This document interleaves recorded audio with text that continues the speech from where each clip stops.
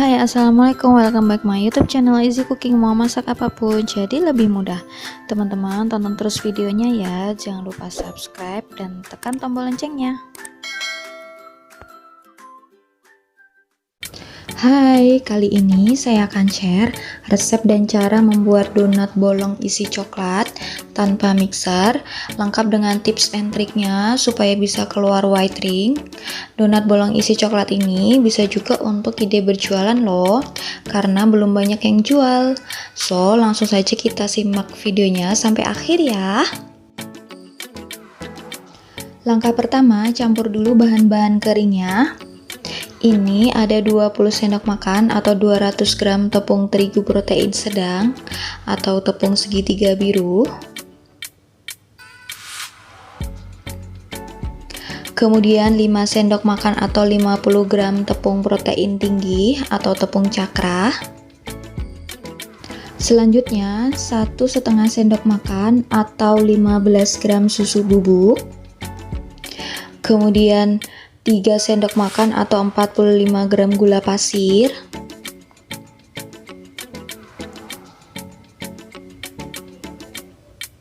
Dan terakhir 1 sendok teh atau 3 gram ragi instan. Lalu diaduk-aduk dulu sampai tercampur rata.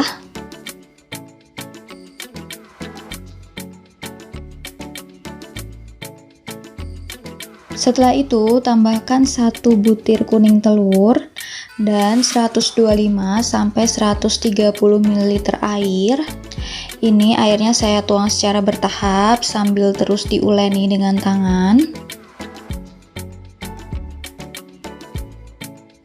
Tambahkan air sedikit demi sedikit hingga konsistensi adonan pas ya. Jadi nggak terlalu banyak air atau kelembekan dan kurang air.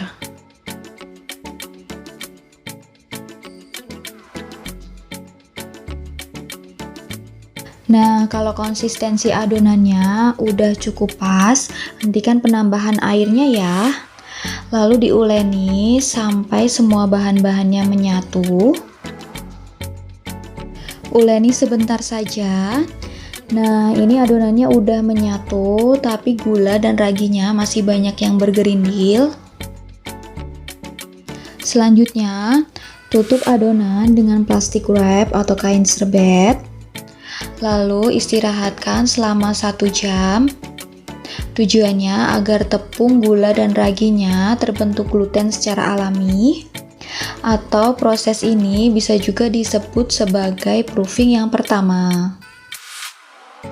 Setelah diistirahatkan selama 30 menit, terlihat adonannya sudah mulai mengembang, tapi gulanya masih banyak yang bergerindil. Ini artinya adonan masih perlu di-proofing lagi. Nah, setelah adonan diistirahatkan selama 1 jam, terlihat adonan sudah mengembang 2 kali lipat dan gulanya sudah tidak ada yang bergerindil. Ini artinya adonan sudah terbentuk gluten secara alami. Dan jika adonan dipegang seperti ini, teksturnya itu halus, lembut, dan lentur. Nah, ini nantinya akan mempermudah dan mempercepat kita untuk melakukan proses pengulenan selanjutnya. Siapkan alas yang cukup lebar, kemudian taburi dengan tepung terigu supaya adonannya nggak lengket. Lalu letakkan adonan, tambahkan 1/4 sendok teh garam dan 3 sendok makan margarin atau mentega atau sekitar 40 gram. Kemudian uleni dengan tangan. Ini caranya seperti mencuci baju, jadi diremas-remas gitu. Uleni hingga kalis elastis selama kurang lebih 15 menit. Nah, sedikit tips dari saya. Jadi pembentukan gluten dalam adonan itu dilakukan dengan 2 cara.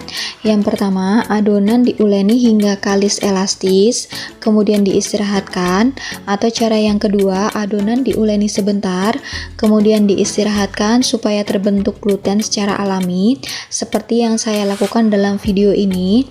Nah, bagi teman-teman yang nggak punya mixer, saya sarankan untuk pakai cara yang kedua, karena lebih menghemat tenaga dibanding dengan cara yang yang pertama, teman-teman bisa butuh waktu hingga 30 menit bahkan lebih untuk adonan bisa kalis elastis. Kecuali teman-teman punya mixer, memang lebih praktis pakai cara yang pertama. Nah, karena ini adonannya masih terlalu lengket, saya tambahkan sedikit tepung terigu sampai konsistensinya pas. Lalu diuleni lagi sampai benar-benar kalis dan elastis. Nah, ini adonannya udah kalis. Coba kita cek udah elastis apa belum. Jika ditarik seperti ini dan tidak gampang robek, berarti adonannya sudah kalis elastis ya. Ini berat adonannya 491 gram. Saya akan bagi menjadi 14 bagian, jadi tiap bagian beratnya sekitar 35 gram. Nah, kalau teman-teman gak punya timbangan, tinggal dibagi sama rata aja ya, menjadi 14 bagian.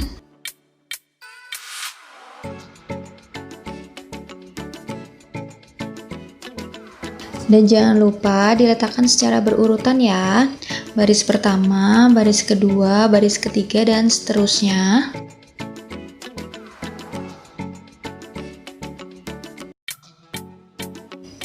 Nah, untuk urutannya sebagai berikut. Nah, adonan yang paling awal ditimbang tadi dibulatkan dulu seperti ini. Lanjut lagi untuk adonan yang kedua. Bulatkan semua adonan sesuai dengan urutannya ya.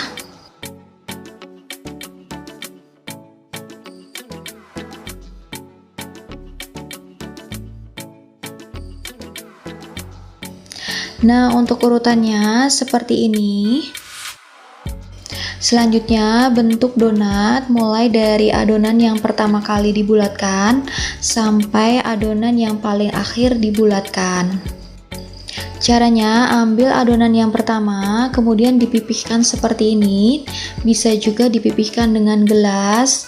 Jangan lupa ditaburi dengan tepung terigu biar nggak lengket. Setelah itu, dicetak dengan cetakan donat seperti ini. Nah, ini dia hasilnya. Setelah adonan yang pertama ini sudah dibentuk, teman-teman catat waktunya. Ini saya pakai stopwatch.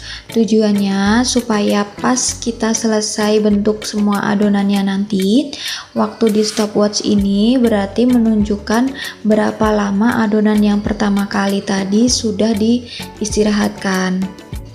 Ini juga bisa meminimalisir adanya underproofing ataupun overproofing ya.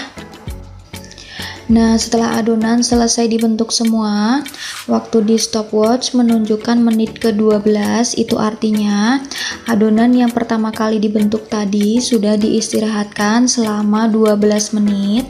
Untuk itu, untuk proofing yang kedua ini waktunya nggak perlu terlalu lama, cukup 15-30 menit saja.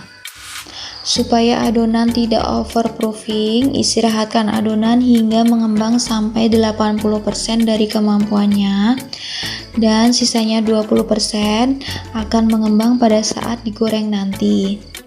Untuk cara mengetahuinya bisa dengan cara menekan permukaan adonan donat. Jika terlihat ada bekas tangan dan secara perlahan kembali ke bentuk semula, berarti adonan sudah cukup proofing. Tetapi jika ditekan langsung kembali ke bentuk semula atau terlalu cepat, ini biasanya overproofing. Dan sebaliknya, jika bekas tangan tidak kembali ke bentuk semula, ini artinya underproofing. Nah, biasanya pada saat adonan proofing yang kedua, saya sudah mulai panaskan minyak dengan api yang paling kecil. Jadi, saat adonan sudah siap untuk digoreng, minyaknya itu sudah benar-benar panas. Goreng donat sesuai dengan urutan yang pertama kali dibentuk tadi ya. Dan jangan terlalu sering dibolak-balik ya, supaya tidak menyerap minyak banyak. Cukup dibalik sekali, tunggu hingga kecoklatan, lalu angkat dan tiriskan. Nah, bisa dilihat donatnya keluar white ringnya semua. Jadi ada beberapa faktor yang mempengaruhi keluarnya white ring. Yang pertama, pastikan adonannya sudah diuleni sampai kalis elastis. Yang kedua, adonan harus cukup proofing, tidak underproofing ataupun overproofing. Dan yang ketiga, pastikan minyaknya sudah benar-benar panas ya. Nah, ini dia donat yang sudah matang, muncul white ringnya semua.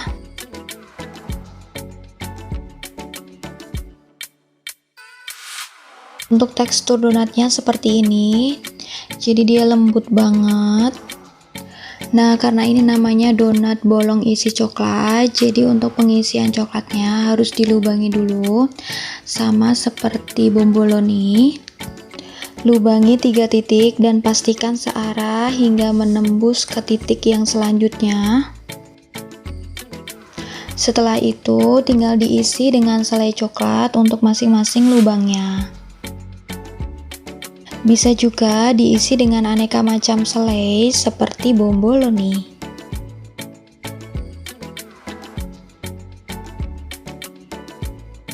Isi semua donat sampai habis ya.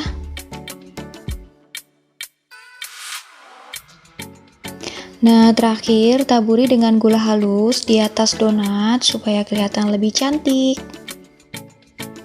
Gimana, gampang banget kan teman-teman bikin donat bolong isi coklatnya?